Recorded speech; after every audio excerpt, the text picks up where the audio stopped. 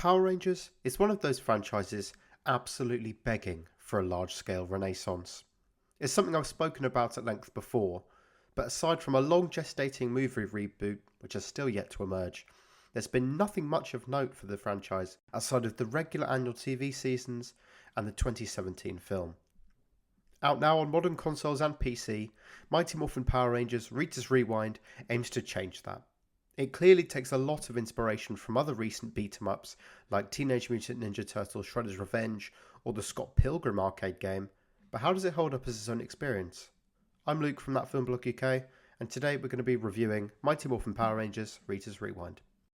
Lifting heavily from the current multiverse craze, Rita's Rewind sees the Rangers' age-old foe warp timelines by blasting herself into the past, with our roster of teenagers following.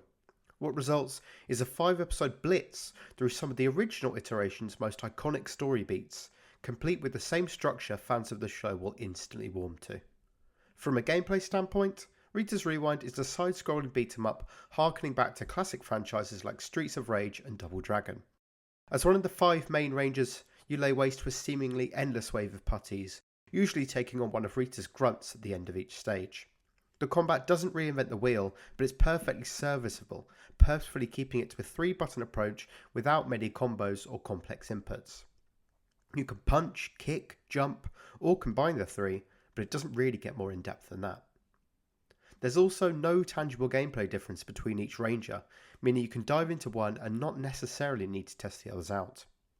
For the purposes of this review, I went through all 5 of the playable characters, and aside from animations where they pull out their unique weapon, for example during a jump attack, nothing really changes. It's an unfair comparison to make given the latter game's quality, but compared to the depth of the combat in Shredder's Revenge, Rita's Rewind just doesn't hold up a candle. Fortunately, one thing Rita's Rewind does differently is the array of special levels that shake up the gameplay entirely. Just as with an episode of the show, most seconds end with an on-rails vehicular section where you take on the boss before a first-person punch-up where you control the Megazord. These are really unique sections that help break up the slightly bare-bones combat, taking the 2D perspective and adding novel forms of depth.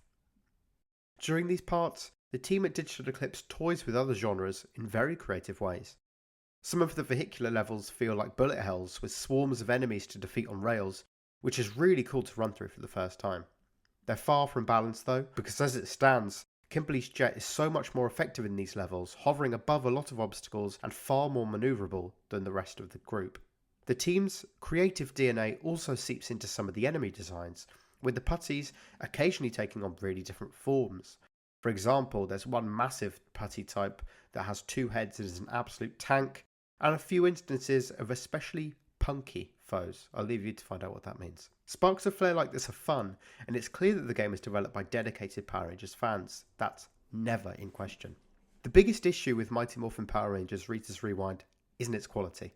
The gameplay might be shallow and lacking in too much impetus to ever replay a level, and the difficulty spikes, especially towards the end in terms of enemy density and environmental hazards, are annoying, but the primary issue here is its lack of meat on the bone. All things told, I cleared the story mode of Rita's Rewind in 2 hours and 32 minutes exactly. For transparency, I was provided a code for this review, but had I forked out the requisite £25 or $30 for that experience, I'm sure I would have felt aggrieved. The game does attempt to mitigate its length by including extra playable characters after you beat it for the first time and offering speedruns and time trials, but there's definitely a conversation to be had about the mileage you'll get out of the game. But regardless, it's practically impossible not to recommend Mighty Morphin Power Rangers Rita's Rewind to fans of the franchise. Its retro presentation and solid beat-em-up mechanics don't reinvent the wheel, but they're a perfect fit for the series' aesthetics. It has its flaws, sure, but more than anything, it's just nice to see Power Rangers back on the map again. We give Mighty Morphin Power Rangers Rita's Rewind 3 stars.